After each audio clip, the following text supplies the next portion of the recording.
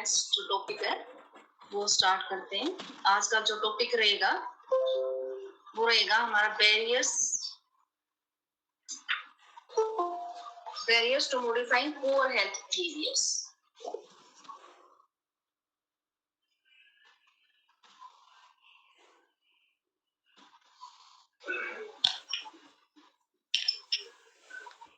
ये health behaviours होते हैं, अगर उनको मॉडिफाई करना चाहें तो कौन कौन से बैरियर है जो बाधा डालते हैं। तो सबसे पहला जो बैरियर है वो हमारी हेल्थ हैबिट से रिलेटेड है, क्योंकि जो हेल्थ हैबिट होती है वो एक तरह से स्टार्टिंग से ही चाइल्डहुड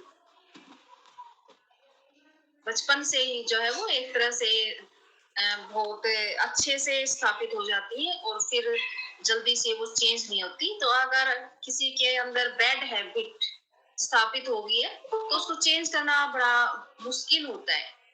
लेकिन ये बाधा किस रूप में हम बोल सकते हैं, क्योंकि एक बार तो किसी का ये नहीं पता लगता कि कब कौन सी जो हैबिट है वो कब पनपेगी किसके अंदर, किस टाइम पे। यानी कि how and when poor health habits develop and exactly when and how one should intervene to change the health habit, कि कब और किस समय हमको जो है इंटरवेंशंस देनी चाहिए कि कब कौन सी जो हेल्थ हैबिट है वो डेवलप हो रही है और उसके लिए हम कौन सी इंटरवेंशंस जो है वो दें। तो ये एक डिफिकल्टी है, ये एक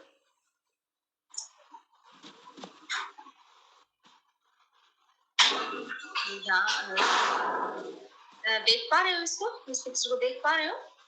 यस मैम। हाँ, तो इसके ये बैरियर्स हैं, barriers to modifying poor health behaviour. तो फर्स्ट तो यही है कि जो हेल्थ हैबिट होती हैं उनका कभी पता ही नहीं लगता कि वो किस टाइम और कैसे डेवलप होगी, क्योंकि जब हेल्थ हैबिट किसी के अंदर कोई भी डेवलप होती है तो उसके पीछे बहुत सारे फैक्टर हैं। जैसे कि सबसे पहले तो यही है कि जो हैबिट है और उसको इमीडिएट जो इंसेंटिव्स है वो नहीं मिल पाते लोगों को, कि अगर व्यक्ति गुड हेल्थ हैबिट की प्रैक्टिस भी करना चाहे तो प्रेजेंट टाइम में उसके लिए कोई इंसेंटिव नहीं होता। हो सकता है कि जो हेल्थ हैबिट बचपन में जो हैबिट होती है एक गुड हेल्थ बिहेवियर के हो सकते हैं, लेकिन क्योंकि चाइल्डहुड और अवस्था है उसमें वैसे ही जो है हेल्थ सही रहती है व्यक्ति की, तो वहां तो अगर किसी के अंदर बैड हैबिट भी है तो उसका जल्दी से कोई बुरा परिणाम नहीं आता, लेकिन आगे चलकर जीवन में हो सकता है कि उसके वही जो बैड हैबिट उस समय हुई होती है वो आगे चलकर उसके अंदर बहुत सारी हेल्थ प्रॉब्लम्स को जो वो डेवलप कर सकती है। तो इसलिए ये एक कहना, एक यहाँ पर एक बाधा ये होती है कि तुरंत अगर कोई अच्छी हैबिट को अपनाए तो उसके तुरंत जो है वो इंसेंटिव नहीं मिल पाते। एकदम से ये नहीं कह सकते कि उसके कोई इफेक्ट नजर आ रहे हैं, क्योंकि जो यंग एज है वहां पर अगर बैड हैबिट है या गुड हैबिट है उनके जल्दी से इंसेंटिव्स हैं जो वो नहीं मिल पाते, लेकिन उनका इफेक्ट जो है आगे आने वाले जीवन के ऊपर पड़ता है। तो एक ये बैरियर है कि जो इमीडिएट जो इंसेंटिव है वो नहीं मिल पाते। दूसरा एक इसका कारण, तीसरा एक इसका कारण ये है कि अगर एक बार जो बैड हैबिट है वो किसी के अंदर स्थापित हो जाती है तो जो व्यक्ति है वो उसको चेंज नहीं करना चाहते। क्यों? क्योंकि हो सकता है कि किसी के अंदर अगर स्मोकिंग आ गई है या फिर किसी के अंदर ड्रिंकिंग की हैबिट आ गई है तो वो उनके अंदर आनंद लेना स्टार्ट कर देता है, उनको इंजॉयबल लगते हैं। जैसे ही कोई हो सकता है कि कोई स्ट्रेस की सिचुएशन में भी अगर किसी ने ड्रिंकिंग की है, स्मोकिंग की है, तो वो एक तरह से उसको कहीं ना कहीं चीजें अच्छी लगती हैं, वो व्यक्ति के लिए प्लेजरेबल चीजें हो जाती हैं, वो ऑटोमेटिक हो जाती हैं, वो एडिक्टिव हो जाती हैं और इसीलिए व्यक्ति जो है उनको चेंज नहीं करना चाहता। तो ये एक भी एक बैरियर है। मैम एक बार सबसे फर्स्ट बैरियर आपने बताया था वो रिपीट कर दो। सबसे फर्स्ट जो बैरियर है वो तो यही है कि how and when poor health habits develop and exactly when and how one should intervene to change the health habit, यानी कि कोई भी हेल्थ हैबिट कैसे और कब डेवलप होती है, इसको ही एक तरह से फाइंड आउट करना एक बाधा का काम है, एक मुश्किल काम है कि कब हम किसी के अंदर कब कोई हैबिट बैड हैबिट डेवलप होगी और वो कैसे डेवलप होगी। सबसे पहला तो यही कठिन काम है, यही एक बैरियर है, क्योंकि जब किसी का पता रहेगा कि अब उसके अंदर ये बैड हैबिट जो है वो है, तो उसी समय उसको एक तरह से इंटरवेंशन देने की जरूरत होती है, लेकिन इसको हम डिफाइन ही नहीं कर पाते, हम इसको फाइंड आउट ही नहीं कर पाते कि कब किसके अंदर कौन सी बैड हैबिट कब डेवलप होगी। सबसे पहली तो यही थी। सेकंड जो था वो ये है कि इमीडिएट जो इंसेंटिव्स हैं वो नहीं मिल पाते। अगर कोई व्यक्ति गुड हेल्थ बिहेवियर की प्रैक्टिस भी कर रहा है तो जो इमीडिएट इंसेंटिव्स है वो व्यक्ति को नहीं मिल पाते, और अगर इमीडिएट इंसेंटिव अगर नहीं मिलेंगे तो व्यक्ति जो गुड हेल्थ हैबिट अपना रहा है उसके लिए हो सकता है कि क्योंकि कोई इंसेंटिव तो मिलता नहीं उसको, तो इसलिए उसको कोई ज्यादा फायदा नहीं लगता, और हो सकता है कि कल को वो बैड हैबिट अपना ले क्योंकि उसको वहां भी कोई बहुत ज्यादा क्योंकि जो यंग एज है वहां पर बहुत ज्यादा बैड हैबिट की बैड इफेक्ट जो है वो कम नजर आते हैं, लेकिन वहां के चलकर नुकसान हो जाते हैं। तो जो इमीडिएट इंसेंटिव है वो एक तरह से नहीं मिल पाते, इस वजह से ये एक बैरियर है व्यक्ति के लिए। तीसरा जो है वो है कि जो बैड हैबिट्स हैं वो एक तरह से किसी के अंदर बहुत अच्छे से अगर स्थापित हो चुकी होती हैं, इसलिए वो व्यक्ति उनको चेंज नहीं करना चाहता क्योंकि वो उसको अच्छी लगती है, क्योंकि उनमें उसको आनंद आता है, क्योंकि वो उसके लिए ऑटोमेटिक हो जाती है वो जो चीज, वो उसका आदी हो जाता है, एडिक्टिव हो जाता है उसके लिए, तो उसके लिए चेंज करना एक बहुत बड़ी बाधा का काम है। ये किसी के अंदर जो ये पुअर हेल्थ बिहेवियर्स है क्योंकि वो इंजॉयबल अगर किसी के लिए हो गई है, अगर किसी को सिगरेट पीना अच्छा लगने लगा तो उसको चेंज करना बहुत मुश्किल चीज हो जाती है। ये तीसरा बैरियर था। फोर्थ जो बैरियर है वो ये है कि जो हेल्थ हैबिट्स है वो एक तरह से एक दूसरे के साथ जो है बहुत कम रिलेटेड है, एक दूसरे के साथ कम रिलेटेड है, और ये नहीं पता लगता कि कौन सी हैबिट किस वजह से जो है वो के अंदर, और उसको कैसे हम मैम एक बार फोर्थ बताना दोबारा।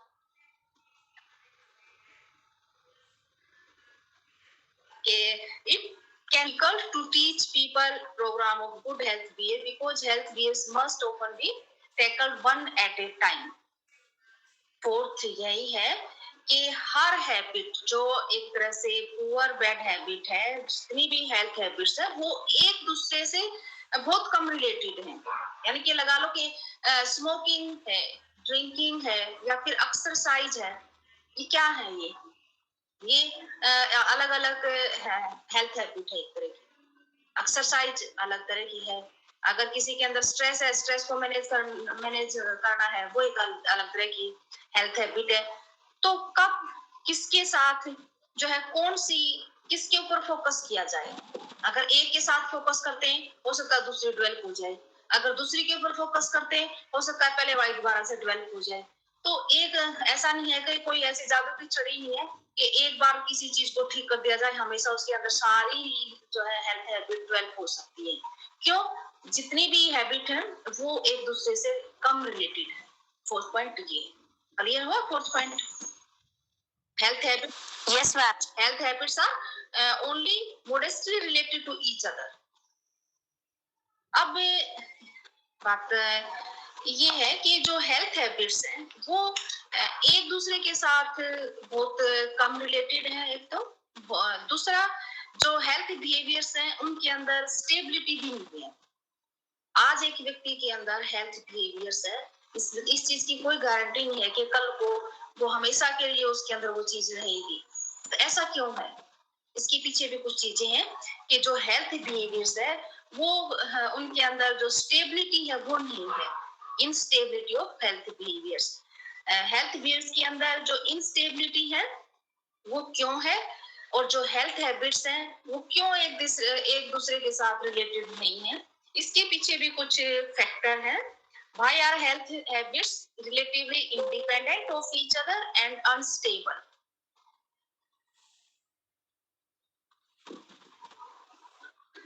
तो सबसे पहला जो कारण है वो तो यही है कि जो सबसे पहली हेल्थ हैबिट है वो है कि different health habits are controlled by different factors. कि जो अलग अलग हैबिट है उनके लिए अलग अलग फैक्टर्स जो है वो एक तरह के कंट्रोल करने वाले अलग अलग तरह के. जैसे कि for example smoking may be related to stress, whereas exercise may depend on ease of access to athletic facilities or gym.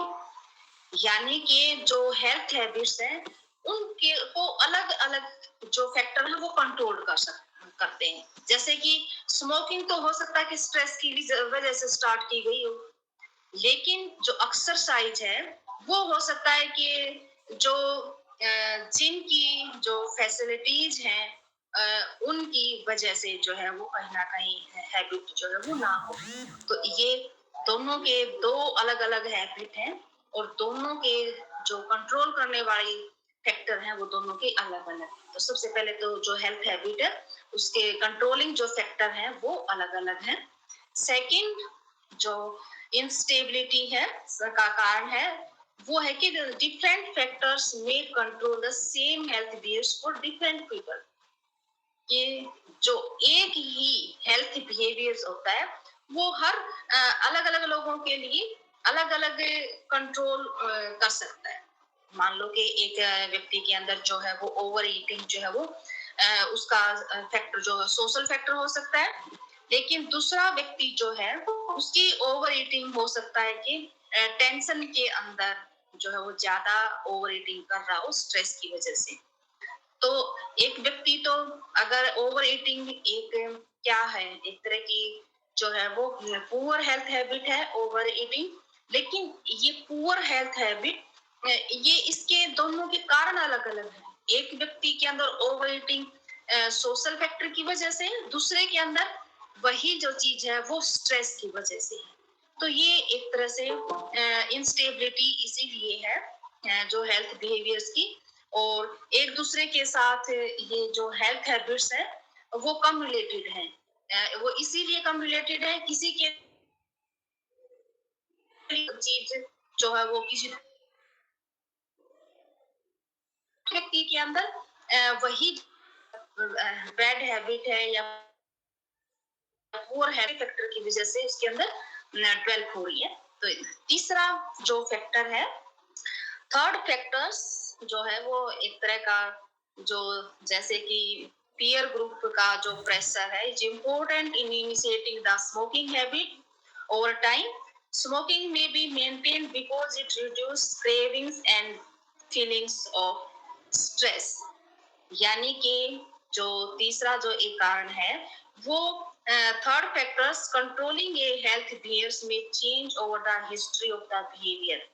यानी कि एक पर्टिकुलर जो व्यक्ति है उसके अंदर ही एक जो पर्टिकुलर जो पुअर हेल्थ हैबिट है उसके कारण जो है वो चेंज हो जाते हैं. क्यों? क्योंकि हो सकता है कि पहले तो एक व्यक्ति ने स्मोकिंग सिर्फ जो है वो इसलिए स्टार्ट कर दी क्योंकि उसकी पीयर ग्रुप का प्रेशर था, लेकिन कुछ समय के बाद वही बैड हैबिट उसके अंदर वही पुअर हेल्थ बिहेवियर उसके अंदर इसलिए आ गया क्योंकि स्ट्रेस की सिचुएशन में उसने स्मोकिंग स्टार्ट कर दी. तो हम किस फैक्टर को दूर करें, पीयर प्रेशर को दूर करें या उसका स्ट्रेस को दूर करें. तो ये जो कारण है ये एक तरह के बैरियर्स हैं कि एक पर्टिकुलर व्यक्ति के अंदर ही एक अगर पुअर हेल्थ हैबिट है तो हो सकता है कि स्टार्टिंग जो है तो वो किसी दूसरे फैक्टर की वजह से हो रही है, लेकिन समय के साथ जो है वो कहीं ना कहीं दूसरा फैक्टर उसके साथ जुड़ जाता है, उसकी वजह से उस चीज को स्टार्टिंग हो जाती है. तो ये कुछ चीजें थी जो कि हेल्थ हैबिट बिहेवियर यानी कि पुअर हेल्थ बिहेवियर्स के एक तरह से हम मान सकते हैं कि मॉडिफाई करने के बैरियर्स हैं ये सारे, कि किस तरह से हम जो पुअर हेल्थ बिहेवियर्स हैं अगर उनको मॉडिफाई करना चाहें तो ये कुछ फैक्टर थे जो कि कहीं ना कहीं रिस्पॉन्सिबल हैं, बाधा पहुंचाते हैं मॉडिफाई करने के लिए।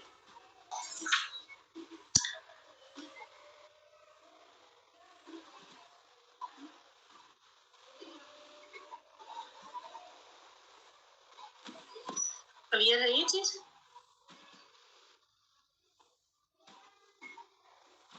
Yes ma'am.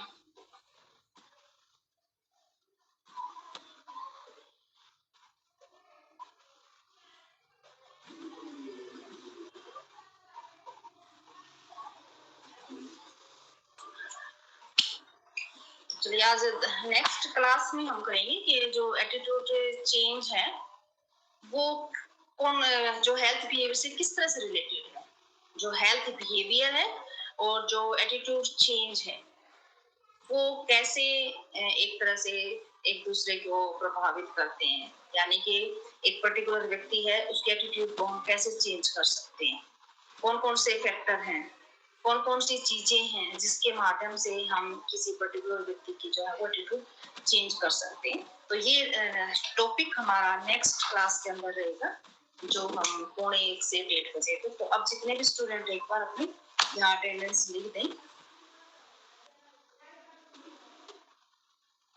क्लासरूम पे मैम? हाँ क्लासरूम। Okay ma'am.